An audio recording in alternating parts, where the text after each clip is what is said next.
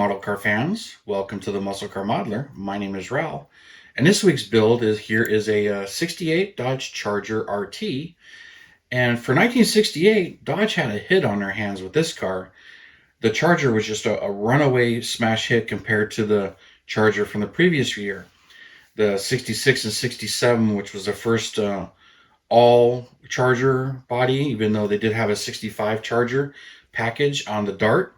But this one, for 68, it was all new body styling, the Coke body styling, and a little bit wider, a little bit longer, and just great looking car. I mean, that's pretty much my favorite of this body style, the Gen 2s, you want to call it. But comparing it to 67, now production for 66 and 67 was pretty good. 66 was something like 35,000.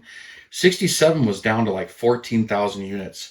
It was pretty rough year for the 67 Charger, but that wasn't it was a fastback body style, but it was mostly, still Coronet looking, where 68, this was all Charger. There wasn't a piece of sheet metal that was interchangeable with anything else. But aside from the Coronet body styling, they did have the RT package was added for 68, where 67 didn't have an RT package, but 68 sales took off. There was some like 89,000 68 Chargers made and 17,000 RTs. So there were a lot more RTs made than there were 67 Chargers, period.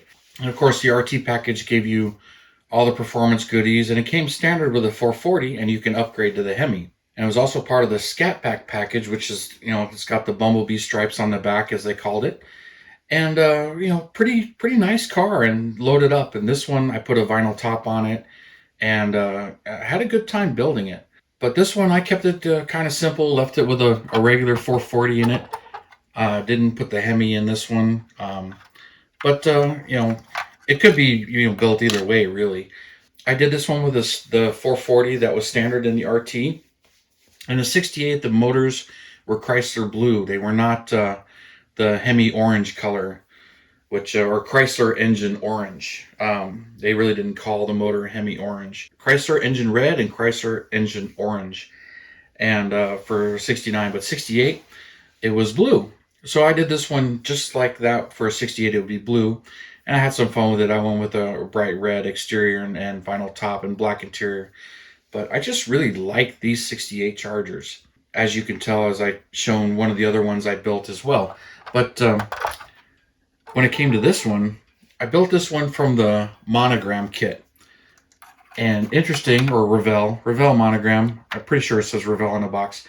But when it came out, this was the Dick Landy kit. What's quite interesting with that one is they had done a 69 Pro Modeler, and some of those had some issues. Tall roof. I kind of got into that a little bit. They fixed that, and then they came out with this modified tooling version, which was the Dick Landy 68 Charger. What was interesting with that is it had all of the stock interior parts included, and then the 68 grille and a 68 rear valance panel.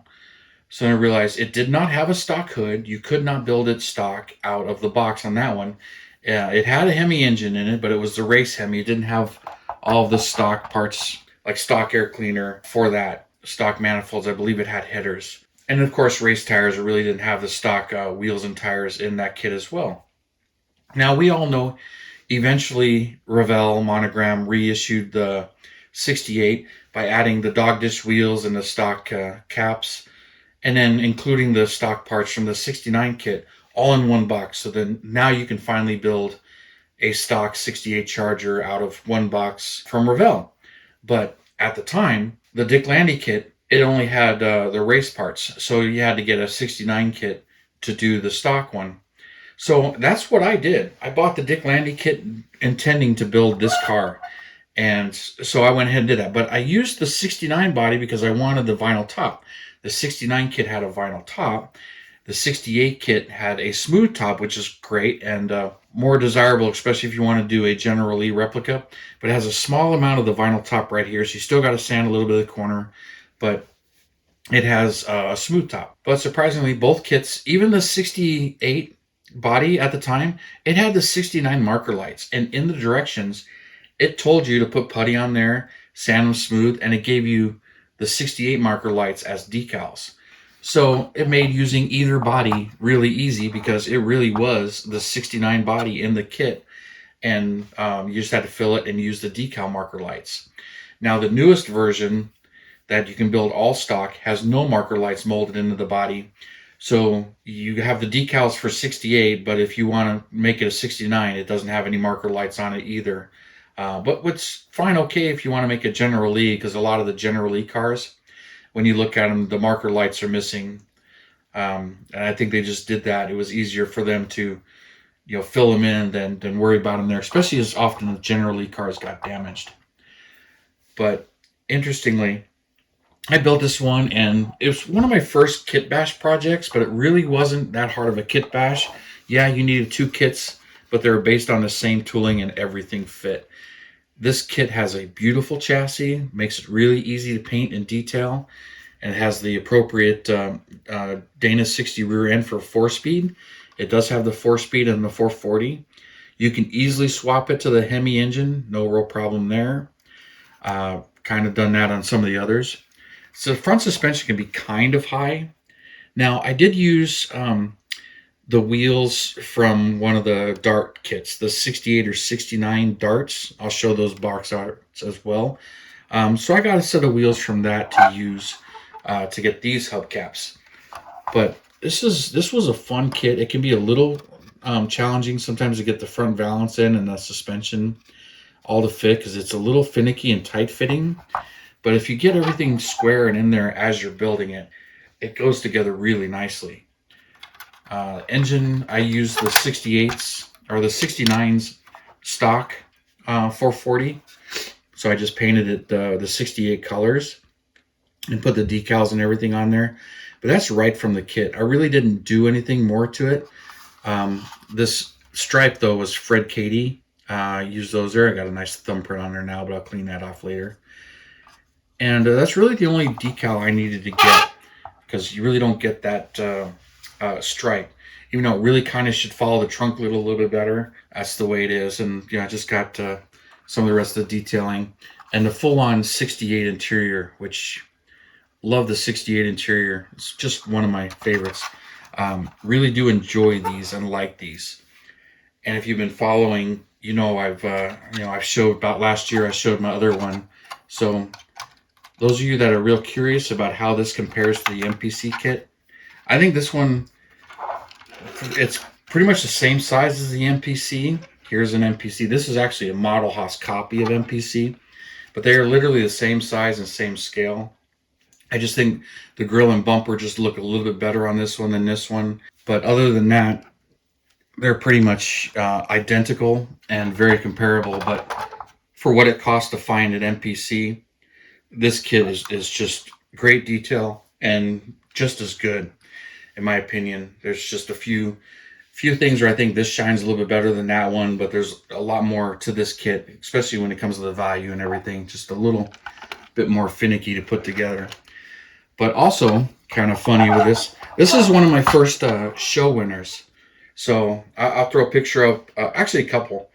But funny story about that, I wasn't involved with the club yet here locally. And I think it was 2002. I really have to think back because now, in April, we're going to have the Desert Scale Classic 19 is coming up. I entered this in the Desert Scale Classic 1. I was not involved with the club. And I didn't know much about it or shows. I was really just back into the hobby, was getting more online, was really involved online with Scale Auto on their forum.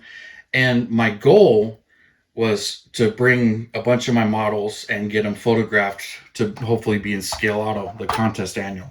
I thought that would be cool because the Desert Scale Classic, I saw they advertise that Scale Models magazine will be there taking photos. I'm like, awesome. So I took 30 model kits, entered them into the show. Now I got there kind of last minute, close to where them closing the show to do the judging part of it. And I had 28 of them for the stock class, which, I dominated the stock class as far as entries because there was only 2 other cars in that class that weren't mine.